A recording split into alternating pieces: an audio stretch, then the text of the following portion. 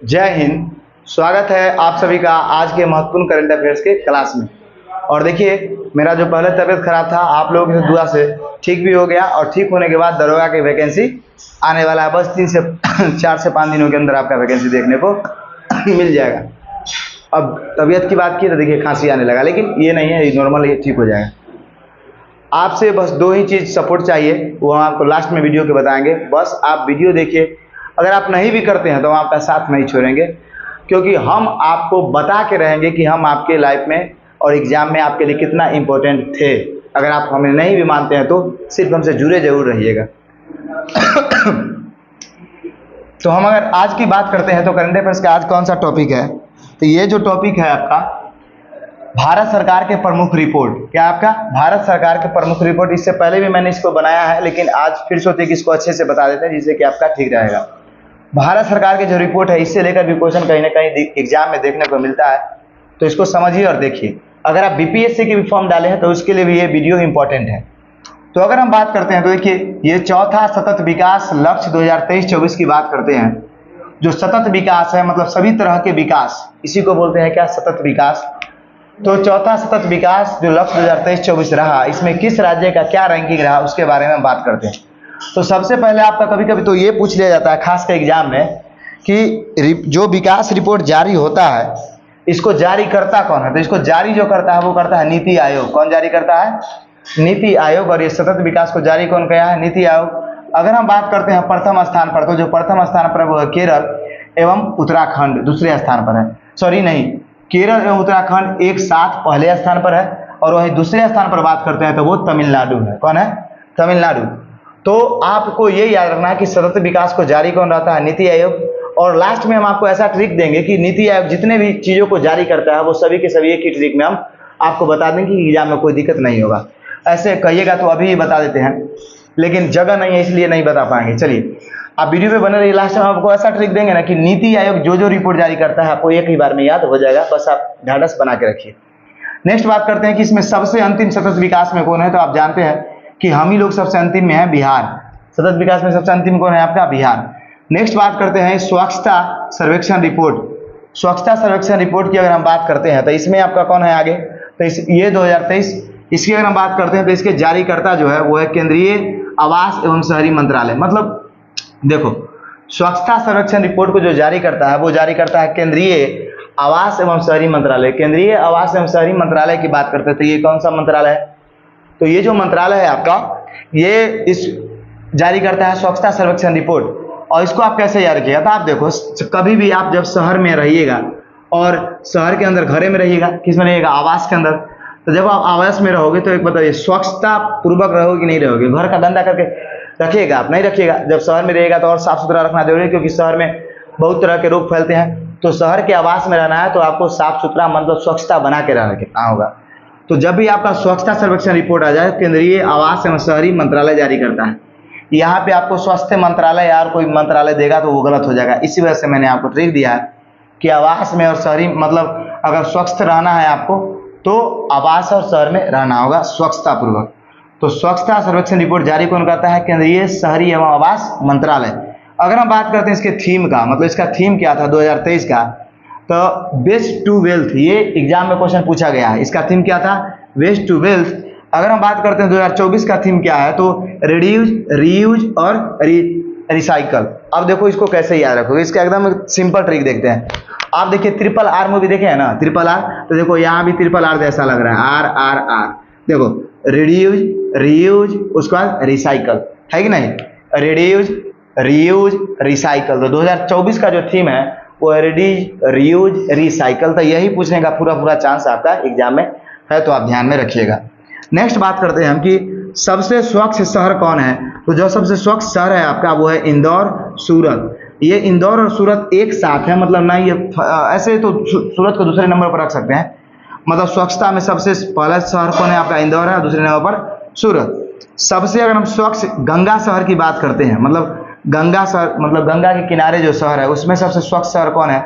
तो वो है आपका वाराणसी, उसके बाद प्रयागराज। ये दोनों सबसे स्वच्छ शहर है आपका, मतलब गंगा के किनारे बसे शहर। अगर हम बात करते हैं राज्यों में सबसे स्वच्छ राज्य कौन है, तो वो है आपका सबसे महाराष्ट्र, उसके बाद मध्य प्रदेश, उसके बाद छत्तीसगढ़।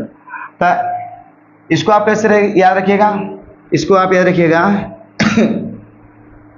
MMC, क्या याद रखिएगा MMC।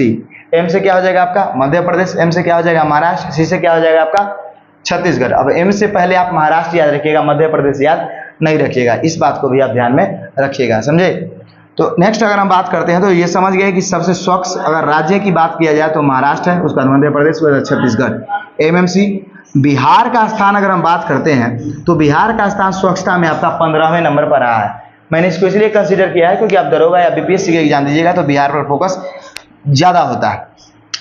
बिहार का कितना 15वां स्थान। अगर हम बात करते हैं तीसरा निर्यात तैयारी, अगर हम बात करते हैं तीसरा निर्यात तैयारी सूचकांक का, तो इस सूचकांक में अगर हम बात करते हैं इसको जारी करता है आपका नीति आयोग। कौन जारी करता है? नीति आयोग। तीसरा निर्यात, उसके बाद इसमें क्या हम बात करते हैं, देखो तीसरा निर्यात तैयारी सूचकांक, ये नया सूचकांक है, मतलब निर्यात कैसा है, निर्यात। निर्यात में तो आप जानते हैं कि हमारे भारत के ऐसे स्टेट जिन्होंने विदेशों में अपने माल को ज़्यादा बेचा, उसी को क्या बोलते हैं, निर्यात। तो कौन कौन से स्टेट ज़्यादा बेचे हैं, तो अगर हम बात करते हैं तो इसको जारी पहले कौन करता है, तो इसको भी जारी करता है नीति आयोग। कौन करता है? नीति आयोग। इसकी बात करते हैं तो इसके जो पहले नंबर पर राज्य है वो है तमिलनाडु, दूसरे नंबर पर महाराष्ट्र, तीसरे नंबर पर कर्नाटक। तो कौन है आपका? तमिलनाडु, महाराष्ट्र और कर्नाटक। तो इसको आप याद रखिएगा, तमाकुल याद रखिएगा। क्या याद रखिएगा? तमाकुल।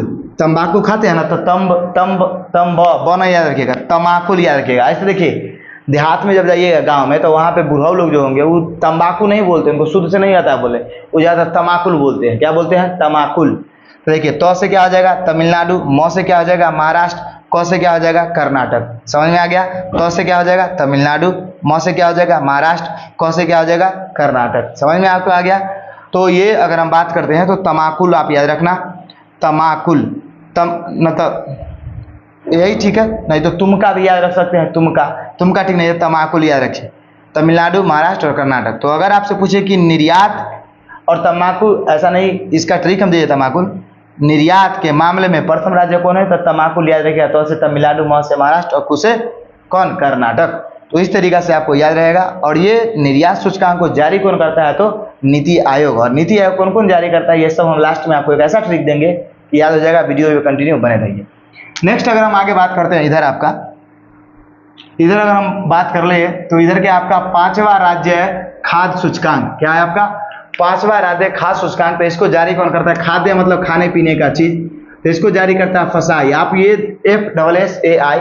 इसकी अगर हम बात करते हैं तो जितना भी आप कुरकुरे के पैकेट खरीदते हो, बिस्किट के पैकेट खरीदते हो, जो खाने वाला चीज है, किसी भी चीज का जब पैकेट खरीदते हो तो उस पर देखिएगा FSSAI रहता है लिखा हुआ, है कि नहीं।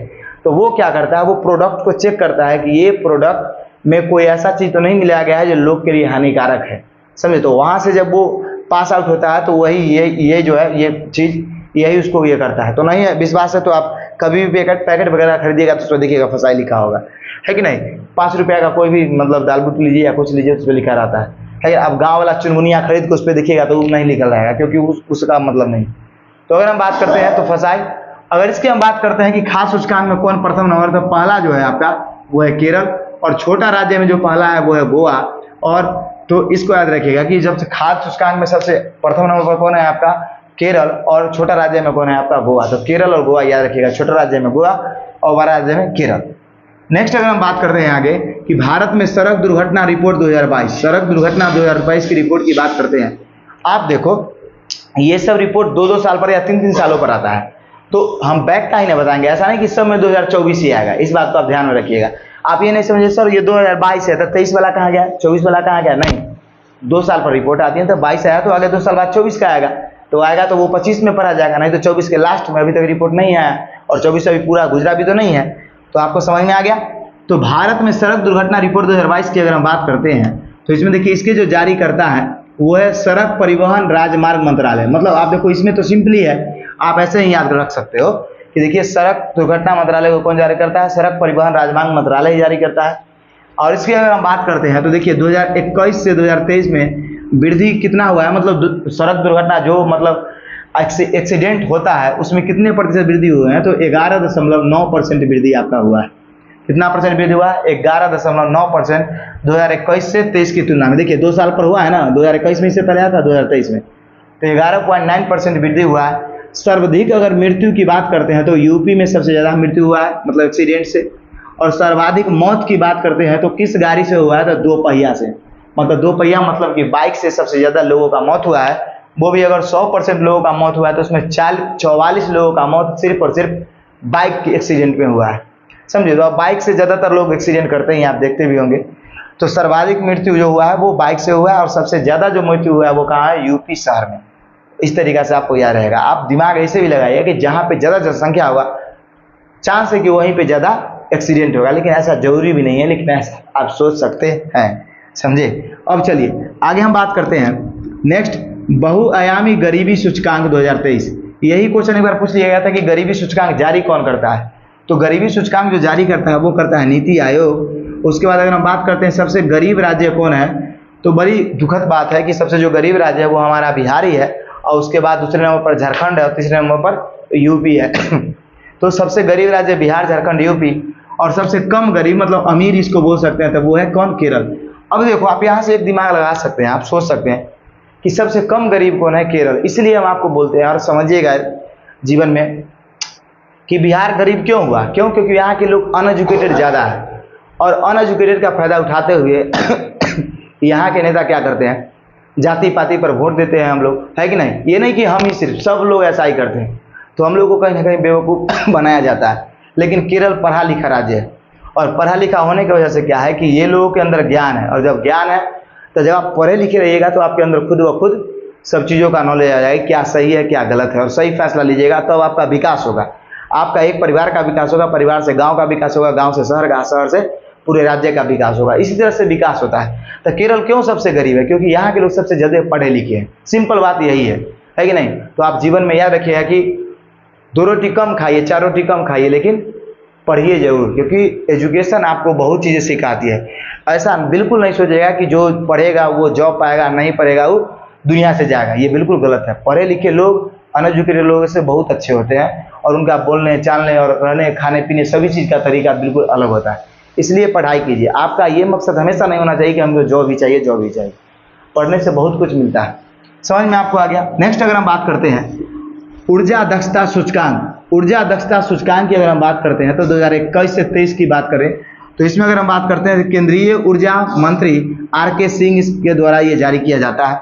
मतलब केंद्रीय ऊर्जा मंत्री इसको अनाउंसमेंट करते हैं ऊर्जा दक्षता सूचकांक को। और इसमें अगर हम बात करते हैं तो सबसे प्रथम नंबर पर आपका तेलंगाना और आंध्र प्रदेश है बेहतर प्रदर्शन, मतलब ये दोनों ने सबसे अच्छा प्रदर्शन किया है, तेलंगाना और आंध्र प्रदेश ने। तो आप क्या कीजिए कि इसका आप एक बार स्क्रीनशॉट लीजिए, जिससे कि, और स्क्रीनशॉट जब आप लेते हैं ना तो आपको कहते हैं सर अक्षरवा नहीं दिखता है, तो 360 में तो आपको अच्छा दिखता ही होगा, और उसके बाद नहीं दिखता है तो 720 क्वालिटी कीजिए और मारिए खजाक देना स्क्रीनशॉट, उसको सेव कर लीजिए और कॉपी में लिख लीजिए। तो चलिए एक बार इसका स्क्रीनशॉट लीजिए।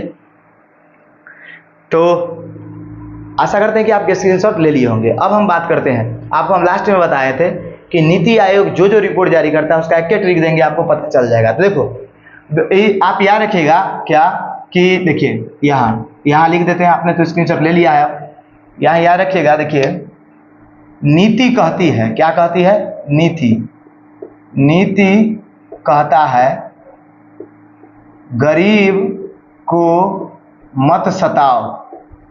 ये बहुत अच्छा ट्रिक मैंने सोचा है आपके लिए।